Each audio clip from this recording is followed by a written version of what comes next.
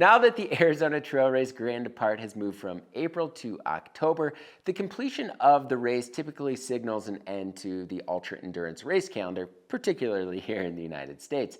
And wow, what a year it was. So in this video, I'm going to talk about the Triple Crown Challenge, recap the unprecedented 2023 Triple Crown Challenge results, and highlight the finishers of the Arizona Trail Race, including a full interview with Katya Rakhmatulina, the 2023 Arizona Trail Race 800 Women's Champ and new Triple Crown Challenge record holder.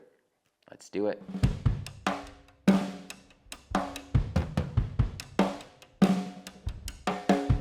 This year's Arizona Trail Race, or AZTR, was super exciting and generally speaking, pretty darn challenging. So mile for mile, the AZTR is much more challenging than the Tour Divide, at least in my experience. So this year, there were a handful of changes to the course, making it even more difficult. In fact, there have been loads of changes over the last handful of years, many of which have actually been due to the Arizona Trail Association reroutes or just simply getting off-road and on single track, which I think is a good thing, right? So here's a bit of history on the race and some of the course changes. So many of you might know Scott Morris, BIKEPACKING.net founder and co-owner of TrackLeaders.com. Well, he conceived the idea to race the Arizona Trail after a couple of trips across the state on two different off-road routes. So in 2006, Scott started the 300-mile version of the race, and 4 years later in 2010, the 750-mile version of the race was born, which travels from Mexico to Utah. That year, the race totaled 742 miles with 71,500 feet of climbing, and one person completed the grueling event.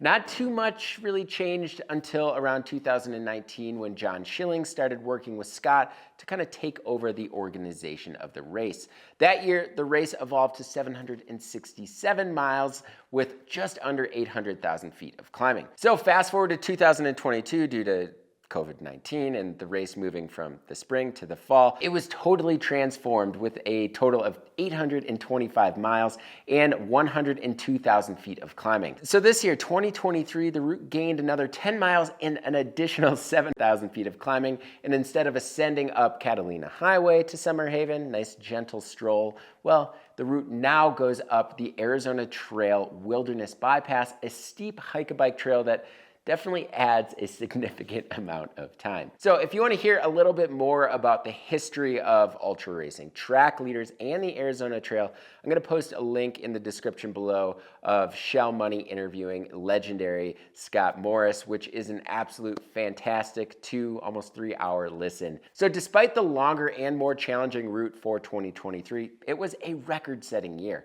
So Alex Schultz took the win with a total time of 9 days, 5 hours and 43 minutes, setting a new course record. Congrats, Alex. Katya Rakhmatulina finished second overall with a time of 9 days, 19 hours and 52 minutes, winning the overall women's category and also setting a new course record. And Philippe, I believe it's Vouliou, took third with a time of 9 days, 21 hours and 8 minutes. Johnny Price took first place in the single speed category with a time of 10 days, 10 hours and 33 minutes, and coming in 3 hours after him, Alexandra Houchen set another single speed course record, beating her own time, finishing in a time of 10 days, 13 hours and 36 minutes. In total, there were 18 finishers of the 800 race this year, 6 of whom were women. All right, so you're probably asking, what is the bikepacking Triple Crown? Well, it's a spin-off of those top horse races that you've heard of. Maybe you haven't heard of them.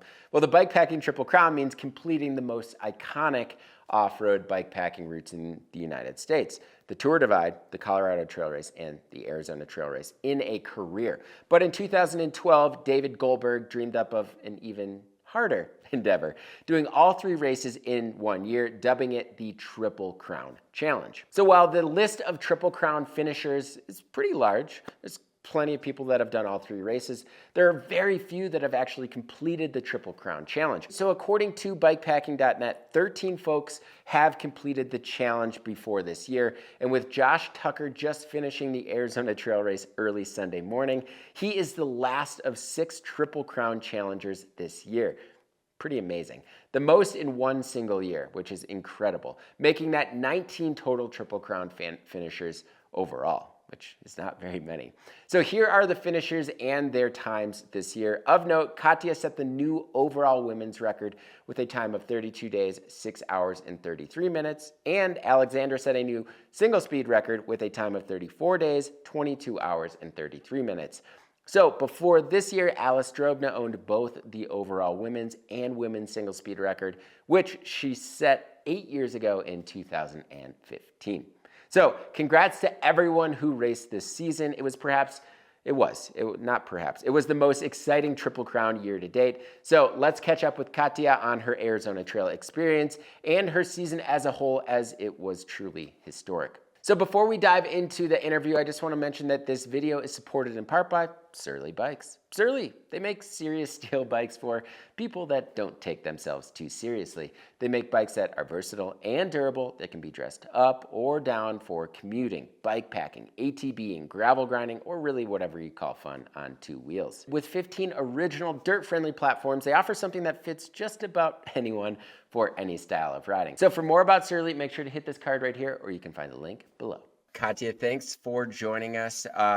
So what do you do for a living? Where are you from? And how did you get into ultra cycling? I currently live in Oakland, California, and for a living, currently I'm a data scientist, so can work remotely, which does help. Like before races, I can go places and work from there and like kind of acclimate.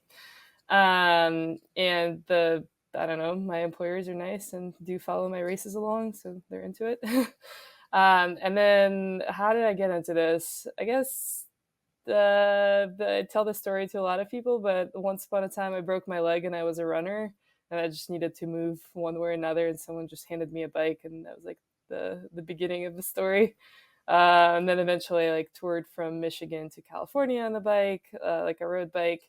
And then one thing led to another, just kind of not liking cars. I got a mountain bike. And then I always kind of knew I had a lot of endurance. And so just doing those events where you do your first century and that blows your mind, then you do your first like 200 miles and that blows your mind, then you do like a randonneuring ride that blows your mind. And so the next thing led to another, and I got into bike packing, which keeps blowing my mind what we can do. Awesome. And so what was your first like bike packing race, or even just bike packing trip that kind of like maybe inspired you to get into these bigger ultra rides? My first bike packing trip that really inspired me was the one that I broke my leg, and my leg was still like not really healed and I couldn't walk very well, but I could bike. So I bought a bike and I biked 400 miles in Michigan by myself. So that was very inspiring because like, you know, you don't have a car. It just gave me total freedom.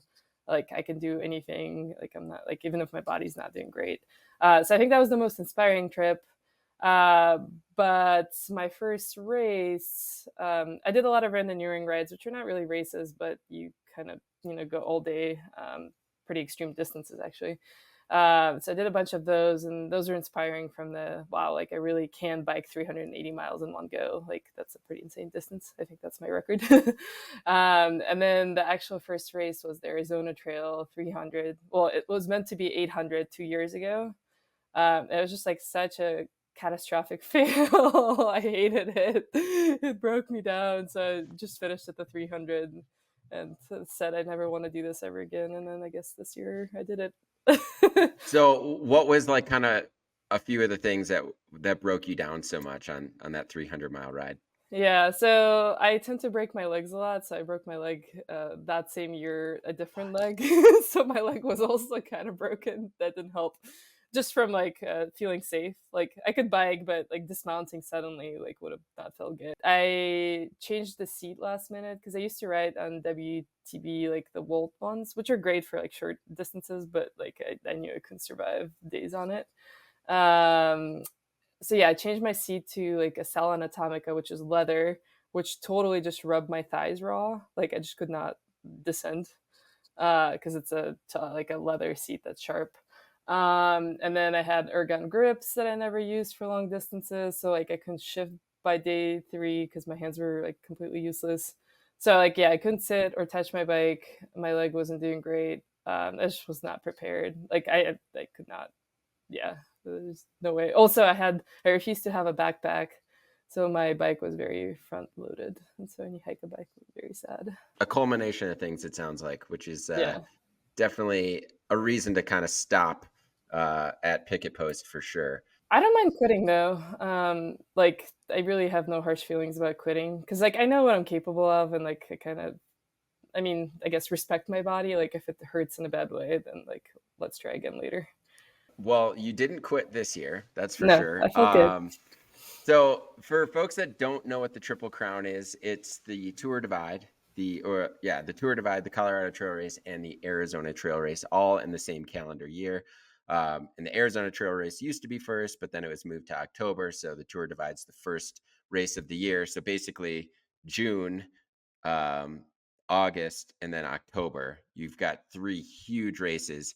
And you ended up winning two of those races this year and taking second in another and beating the overall long-standing Triple Crown women's record that was held by Alice Drobna for 36 days, 6 hours and 56 minutes. And you cut off 4 days or just over 4 days with a time of 32 days, 6 hours and 33 minutes, which is super exciting.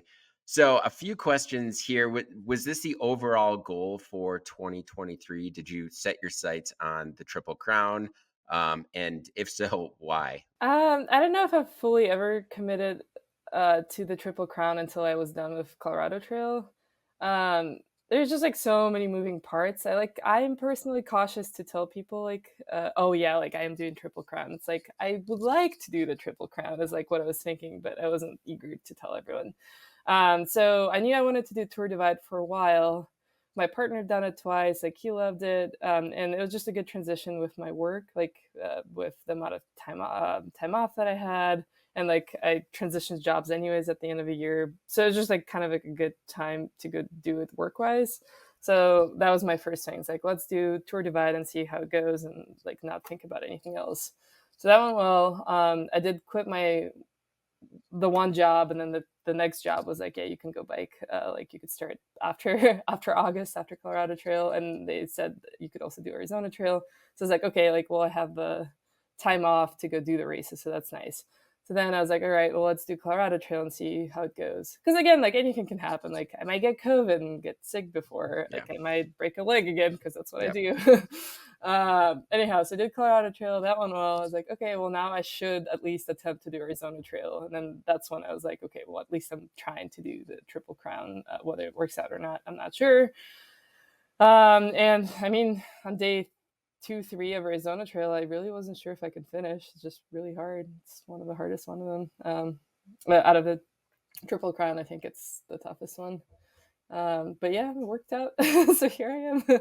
How awesome was it to have a big crew kind of join you in the Triple Crown, especially the women's side, Alexandra, Hannah, Kristen. Was that motivating for you? Or how do you feel about that? Oh, it was super sweet. It was like a giant party. Yeah, like yeah, we're competing against each other, but it totally feels like a party. Like we're all just doing this together, sending voice memos, essentially playing games. They're hard games, but they're games. Yeah, Alexandra would like, and I do think it helped. Like especially in Arizona Trail, like Alexandra was on my tail for a very long time, so I was trying to run away from her, and she was trying to catch me, and I think it like helped both of us. Yeah. Yeah, super fun. It's definitely friends. Want everyone to succeed, and I feel the same feelings from the others. Out of the three races, I guess we'll do some quick questions on the Triple Crown. What was your favorite overall experience? Colorado Trail will always have my heart. I'm more of a mountain person, and like I like water, I like views, I like big descents. Also, the fact that it doesn't take forever to do. Was the Arizona Trail the hardest? And I guess give us maybe like a brief explanation as to why. Yeah, so Arizona Trail is the hardest because, well, for a while I felt that I was dragging my bike across the state, not really riding it, just like dragging it up and down. So it's to me it felt a bit anti-flow on downhills, and I do enjoy downhills. I know like some better riders probably were like, "This is fun," those boulders to roll over. Um, so the actual terrain, it's a bit overgrown too, so you get scratched up. It was mega hot in the beginning, like over 100 degrees, and I actually did acclimate, so I thought I did really well in the heat. Like, I hated it, but my body did just fine. No negative reactions. I carried 9 liters at some point. I never took water from cache. That was my proud moment. Um, Wow. yeah, did survive that. So Molino Basin to Green Mountain Stream, I think that was like 9 liters, and I did it kind of in the evening. Anyhow, so really hot, not a lot of water. The trail is overgrown, and then it gets mega hot, mega cold at the end. Hmm. My water froze, so it was like 10 degrees by the end, and then all of that. There's also not a lot of daylight, so just really rough every day. What was the race that you could maybe wish you could do over out of the three this year? I think Tour Divide, because that was me being kind of even more of a baby deer, not knowing what I was doing. I feel like I could drop a day or two somewhat easily now, because I just know, like, my body got into this endurance state where I, like, literally cannot get tired anymore. Like, I need to treat it well, but I, like, don't get sore. And so Tour Divide, I think I was still, like, figuring that out. And also, like, stoppage time, I think I'm a lot better at, like, my sleep kit where I could, like, way quicker set it up. Or, like, not use certain things. Like, I don't think I really need a sleeping pad anymore. And I used to, like, blow it up every single time, and that took a while. So like stoppage time plus just generally, I think I'm a little better at endurance. To speak on that a little bit, clearly you have like tremendous form and you've kind of recognized that. What was some of the things that you did this year to kind of get that way? Or was the Tour Divide kind of that like training ride for the rest of the year? Yeah, I actually did start the year with Cross Washington as a race. So that was 700 miles, and it was like a month maybe before Tour Divide, and then I biked from the end of Cross Washington to the start of Tour Divide. So I think that really, really helped. Cross Washington, I also think I could drop probably a solid day out of the 4 days. Yeah, it was like a big chunk, because there my Achilles blew up, and that's like a common issue. And so like I figured out how not to ever have my Achilles blow up again. What did you I just like? What did you do? I love having my seat high, so just having it uncomfortably low, even though that removes a lot of power. So like on day rides, it never matters for me.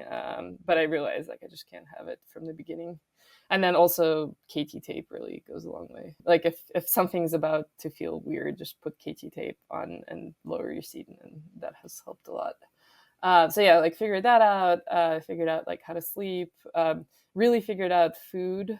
Like my body usually like rejects food for a couple of like first few days of races, and rejects sleep as well. Like I just can't fall asleep. So just biking to the start and feeling like I've been on the road for a while helped a lot. I mean, obviously that's doesn't really transfer to Colorado and Arizona Trail because I didn't do that.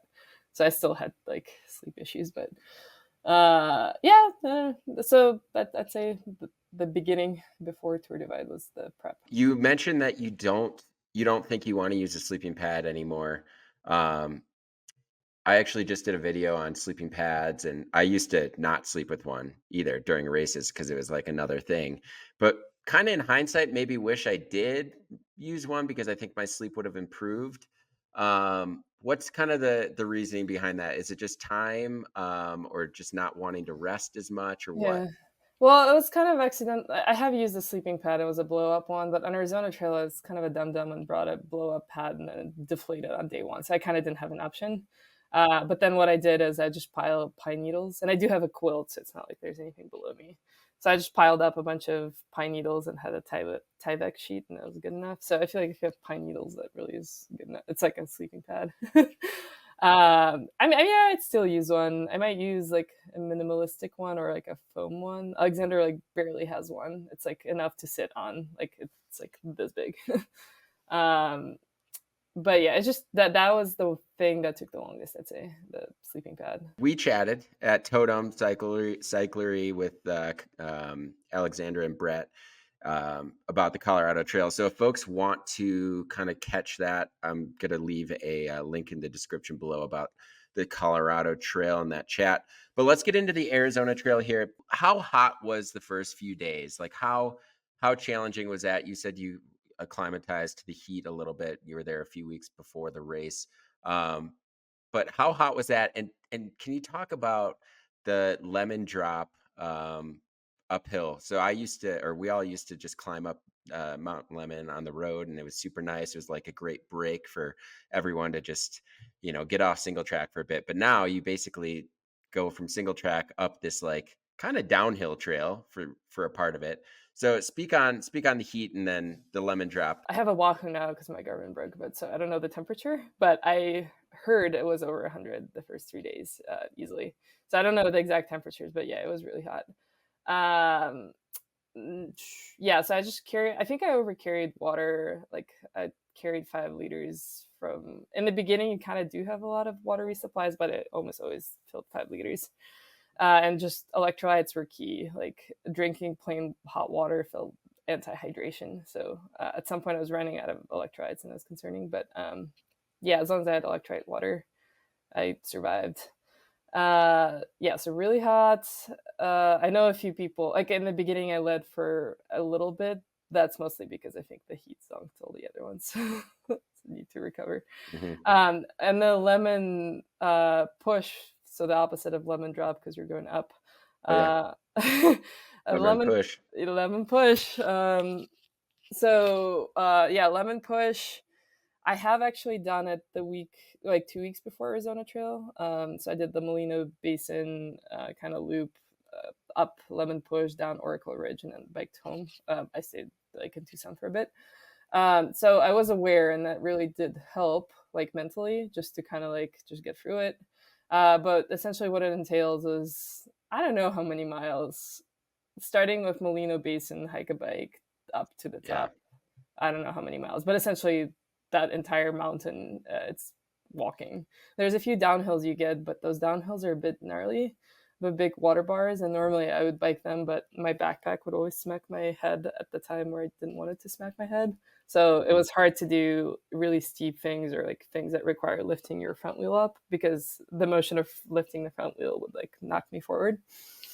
So yeah, I was not the best technical rider there, but that's essentially ledges, like 2 3 foot ledges that you have to get your bike over, like over those. Sometimes you can roll it, but my strategy is I never want my front wheel to stop rolling. So if I'm doing the like like the push a bike, hold brakes, walk, push, walk, I usually just at that point lift it by the bottom bracket and just walk up. But those, I mean, those are hard trails to hike. Like even if you don't have a bike, those are not easy to walk on. But it's just kind of mentally knowing what's coming and like not missing that one water spot on the entire mountain, which is around Green Mountain. Um, yeah, I think I almost slid off a mountain once in the dark just by walking, like misstepped and was starting to slide down a cliff. That was fun. Yeah, so it's your classic hike a bike. How's the new reroute around Oracle Ridge as well? So you've done the regular Oracle Ridge when you did the 300, right? Yeah. So the reroutes, I mean, it doesn't help. And maybe it eliminates like I think it's called red, what is it called? The downhill. So anyhow, the downhill from Summer Haven down to the trail that brings you back up to Oracle Ridge. It's pretty rideable. It's really steep and loose, but I mean, I think I really killed my brakes there. They were squealing for the next day or so. So definitely rideable, but kind of sketchy rideable. So definitely quicker than Oracle Ridge, probably there. But then you have to hike back up 1,000+ feet, and you're back to Oracle Ridge where you still have to push through, like bushwhack through for another like 800 feet and mile or two. So it really does not help anything. Just melts your face on the downhill, and then you have to get back up. I don't know how much time that added. Definitely, but I would say it definitely added some. You were talking about not getting water at caches. So you didn't get water at Freeman Cache. I Okay, sorry. By the caches, I mean rainwater caches. I did take water from, and that's a Okay. Oh, and rainwater. they did. That's right. That's a new rainwater Yeah. cache out there. So Okay. rainwater cache, yes. But yeah, I think it is new. It was not there before. But like the ones where it's just like gallon water jugs, I didn't take any. You carried 9 liters at one time. And was that sufficient? Were you ever like, I'm pretty close to being out of water or what? No, so that was from Circle K to Green Mountain, which is a lot of hike-a-bike, probably 50 miles in the heat, including the Reddington Road climb. Um, that was enough. So I actually don't drink that much water in comparison to an average person. Like I think my Siberian genes don't let me sweat as much. So I'm on I always have way less water than most people. And there, it was actually pretty good. I mean, 9 liters did hurt, and I think I had like a liter left at the end, which seems like a lot, but that was good. You know, like I never was stressed. I was just sipping my water away whenever I wanted to. So yeah, it worked out. And then later in the race, when it was cold, I still was used to carrying a lot of water, but I didn't drink enough, so I was over carrying like by 2 liters or something. Because I'd get my 5 liters and at most drink three, just because it was so cold. So I just did the calculation. 9 liters is uh, just under 20 pounds. And 5 of it was on my back, and 2 was in the frame. And the back kind of helps with hike-a-bikes a lot, but does not help for a happy Yeah. butt. The butt was No, not happy. that's a lot of weight. Yeah. That's Plus, that's there's other wild. stuff in my backpack too. It's not just water. Let's move on to the four peak section, especially in the heat. I'm sure that's not an easy stretch. Do you have any? Was it challenging? I've heard it's challenging. How was your go on that stretch? Yeah, so after Saguaro Lake is like the long climb up to the four peaks. I don't actually know what exactly is four peaks, like where it starts and ends, but that long climb. I started pretty late in the day, so it was not hot. I was freaking out about water because then I was like, oh, I don't think I got enough. But it was fine. Like later it was fine, but that was my worry. Whereas like I don't think I actually got enough because I didn't want to go off route to the like a pigeon spring, whatever it was. So anyhow, so the climb is totally fine. It's really long, but it takes I don't know when I got up to the top, probably like from 3 p.m. to 11, so like pretty long ordeal. But it's like it's just like a smooth road, a dirt road, so nothing challenging. And the view did kind of scare me. Like you're like in those mountains, there's no vegetation, just like granite, and you're like, what am I doing? You're like, I don't know, it doesn't look livable. It looks like Mars. And then it was really cool because we got to bike in moonlight. So I just turned my lights off and I could see really well because it's just going uphill on a smooth road. That was really cool. And then once you get to the top, it's a lot of rollers, like up and down. So also pretty easy. I essentially camped at a camp spot that did have really gross looking water, but I filtered it, like has a like I don't know, like a tank. And then it rained on me. It was actually poured quite a lot on me that night. And I asked my friends, and they said that some, like Alexander, got really poured on as well. But like Johnny said, barely got any. Hannah didn't see any rain, so it was definitely localized.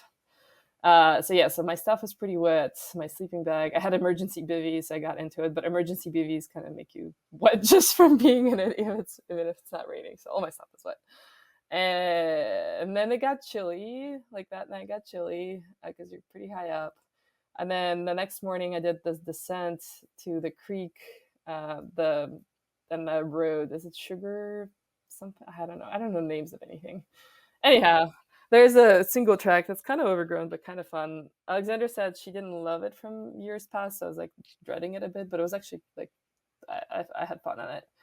And then I don't know if that's the end of Four Peaks, but then you like do kind of like a lot of random traversing that takes a while on single track and then on the road. And then you do this like crazy section through like this really narrow canyon that follows a stream and that's more hike a bike. Again, I don't know names of anything, but and then you kind of pop out not by Payson, by like but a general area by Jake's Corner. Yeah, and Yeah, that Jake's Corner is closed, right? it was open when I was there. Oh, it was. Okay, so it's reopened or something. Because I I got remember like seeing that it was like closed permanently or something like that. I did not know about that place at all. So it's kind of a surprise. I was like, oh, okay. And so I had 2 giant hot dogs and had fries to go. So that saved me a bit, gave me energy. But right before Jake's Corner, actually, you're doing Gold Ridge, I think is the name of the trail descent. And it's so steep. I lost like most of my knobs on that trail, and like my back tire was just bold. It was just like insane. You see where the road is, and you know you need to end up there, and you're like only 2 miles away from it, but you're like so high up, and you're like, how am I gonna get down? I Yeah, it had to looks walk like you a few just sections. descend this, like, big ridge. Yep. So in Yeah. the beginning, it's super fun, but then at the end, it's like very, very steep. Um, and again, because my backpack doesn't really allow me to see on really steep things, like I tried my best, but there's the sections I had to walk. But it's probably best for my knobs, anyways. Well, let's get into that backpack situation. Good segue. So, for folks that don't know, the Arizona Trail literally goes down into the Grand Canyon and back out, through and then back out. So, why what's the situation with the backpack? Tell everyone why you need to carry a backpack, a big backpack. So you need a backpack to essentially portage across Grand Canyon. You can walk you can walk across Grand Canyon with your bike, but it can't touch the ground. So you have to have it on your back. So you can have whatever you want. You don't even have to have a backpack, but you just have to carry a bike, and whatever is the most comfortable way is the way to go. And so I just ask people around. I know Alexandra has done this a gazillion times, so I just ask the experts for what's best, and she's like, I like the Osprey backpack. That I think I had the Osprey Cirrus, what it's called. But essentially, it has a wire frame, so external frame, which puts weight on your hips and not your shoulders. So it's your like classic hiking backpack, but just small. And so that really helped. I'd say my portage across Grand Canyon felt just fine. Like I did not die. Felt good. Nothing, nothing was falling off. All the limbs were intact. So that was a good choice. But the problem is then you have to bike with a backpack the entire time, or you mail it to the Grand Canyon Village or whatever post office you want to pick it up. But I mean that comes with its own risks. But I also wanted to have a backpack anyways for the ride because there's so much hike a bike that it's just nice to have something. Maybe I would not have had like a big one. But the problem with the new backpack, the one that Alexandra has, it's like way lower profile, so it doesn't whack her. But for me, it just whacks me on my head. On not all the time, but again on steeps or anytime I need to like essentially do a bunny hop motion, instead of going back, it like pulls me forward. But you get used to it. It's kind of it is what it is. How was the portage in general? Do you know how long it took you? And did you have to stop like a bunch to like adjust, or did you prep for the portage? Did you hike with your bike beforehand? Tell us all about that. Yeah, so I got to Tucson or Tucson, I'm not sure how to pronounce the name, but the city right before Grand Canyon. And I got there at 5 p.m. and I was actually a little bummed because 5 p.m. is too early to go to bed, but kind of too late to start hiking because you generally want to hike through in one go. I'm not sure how many miles it is, like 21-ish, maybe more, Yeah, I 20. think it's like seven down, seven kind of in, and seven up. Yeah. Yeah, so roughly 21 miles, and most people do it in one go, partially because if you rest, you might be super swollen and it might be harder, but partially you also have to get a permit if you're going to stay there, so it's just complicated. So I knew I wanted to do it in one go, but I was like, well, I already biked like 80 miles and didn't sleep that much, so it seems like a bad idea. So I just resupplied. I bought long pants because it was really cold and I didn't want to hike in my chamois/knee combo. So and then got a hotel a room. So I slept from 7:30 p.m. till 11, and then I biked over 10 miles and set up my bike. It was pretty cold, like at the south rim. So I dropped it at 1:30 a.m. and I came out at 12:30 p.m. So roughly 11 hours, which I hear is pretty fast. So I did not. I think I took my backpack maybe twice to rest and like go to the bathroom. And I was futzing around with it in the beginning where like it was like not exactly how I wanted it to be. Like you really want it to be balanced, and if it's pushing on one shoulder more than the other, like that really sucks. So I think I took it off a bit in the beginning just to play around with. It was really cool because there's a lot of people in the canyon at 1:30 a.m. because a lot of people are doing rim to rim to rim, and it was a Oh Saturday, yeah, so plenty of people. And then that's later, exciting, right? That mhm, helps, yeah, right? it really does. You do not feel like you're suffering alone. And then later, as the sunlight came up, I think the sunlight came up after the Phantom Ranch, so I was already like well in midway, like halfway into the hike. Um, but then I realized my bike was a little more horizontal than vertical for balance. I just like kind of felt that way and it felt comfortable. But then way more hikers came in, and I was like trying to like get out of the way and not back everyone. And of course, again, it was a Saturday, so there's a lot of people and everyone wants to chat. And initially, it's like novelty and like you want to explain what you're doing, but by the end, you're like, no eye contact, get out of the way, just like don't talk. I got so many like, shouldn't you be riding this bike? I'm like, I would if I could. So yeah, so I was trying to, and then I put the bike more vertical so that I could like spend less time standing on the side of a trail letting people go. But yeah, I felt good. A few rests. I was surprised at the top that nothing was too sore, so I was able to bike to the end. But then I realized like once you actually stop and sleep, that's where the soreness catches up. Yeah. Did like your calves sore? No, they're That's actually what fine. I don't know that's why. what I remember being really Really. sore in my calves. I was like, what the heck? I did try to exercise. Well, actually, no. My calves hurt on the downhill quite a lot. The bar, like the steps, Yeah. Yeah, yeah, yeah. it did hurt. But then once I started going uphill, I forgot about that type of pain. And I did try to exercise my calves before this race. I did walk my bike a bit, but less for like physical exercise and more just to like figure out how to clip it on correctly.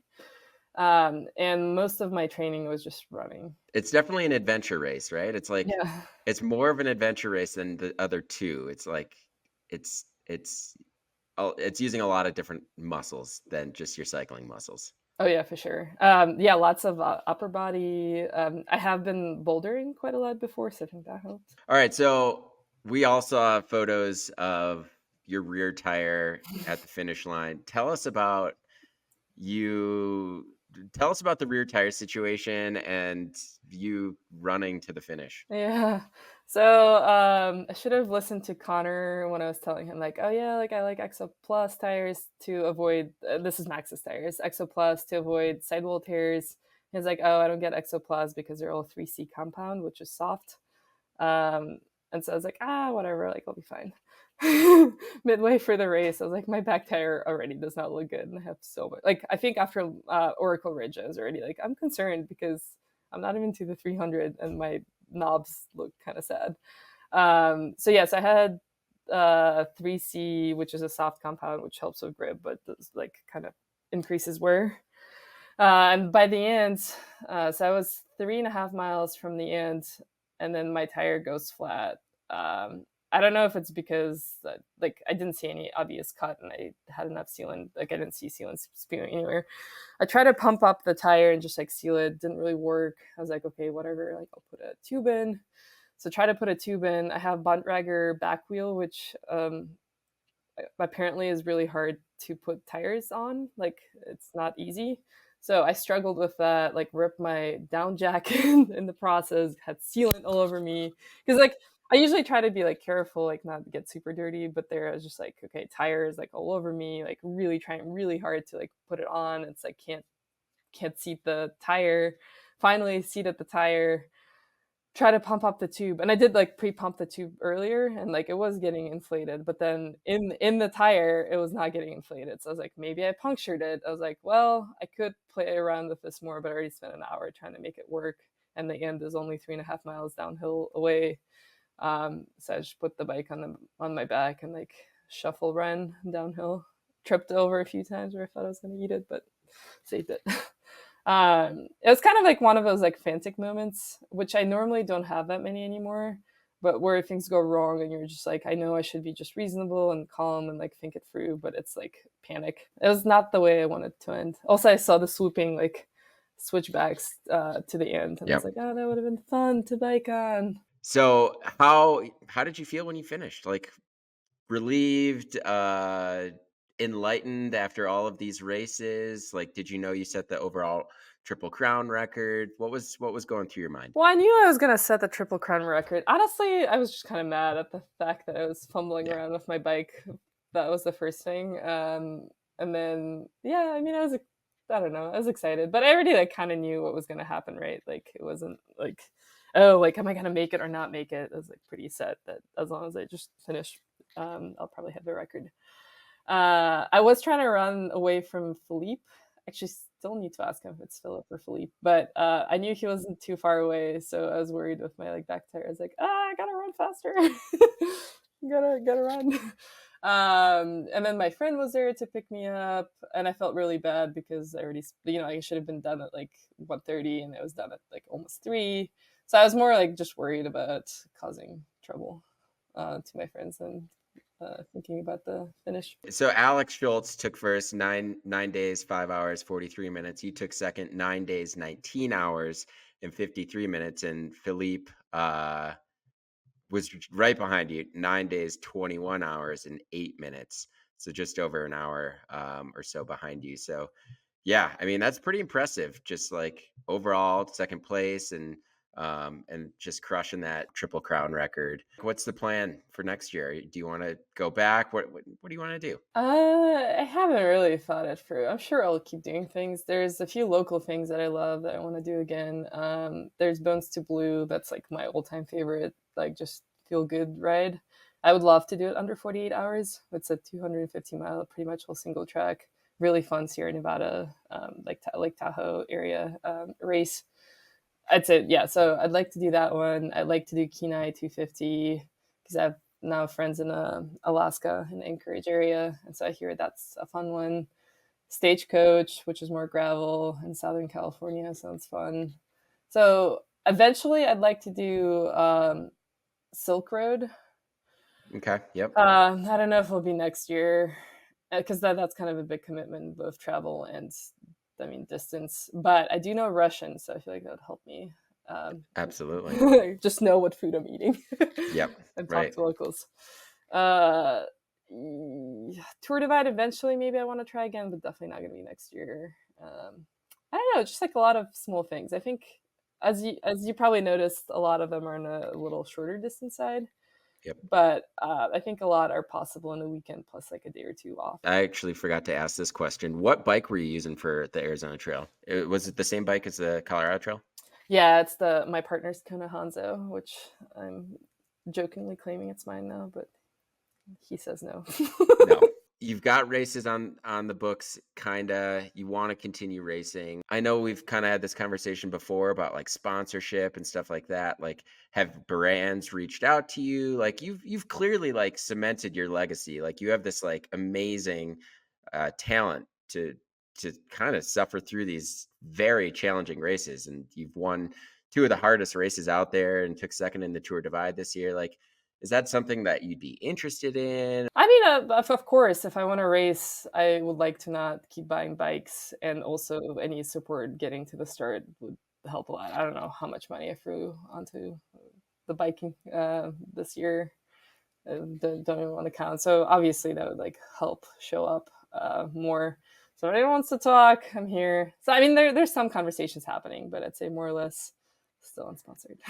I know Alexandra and I have had this conversation before, and we both have had sponsors that have supported us through these particular events, which has been helpful for me in the past. I know it's helpful for her, but it's hard because like it's kind of like a niche thing, if people don't know you, or if you haven't like cemented yourself into this like, this small little community, then it's like, I don't know, like brands are probably not thinking, about it. Well, and you have to kind of like, even if there's some conversations happening, you really have to make sure you like come back, follow up, which takes a certain personality. But also, like, I kind of say that a lot. Probably the best I could do in terms of making money is just like having my current job. So it is hard to think is like, well, how much time can I spend on trying to get sponsorships? Well, Katya, thank you so much for sharing your experience with us. Congratulations on the Triple Crown record and winning the Arizona Trail race this year. And I just look forward to kind of following your endeavors in the future. Thank you.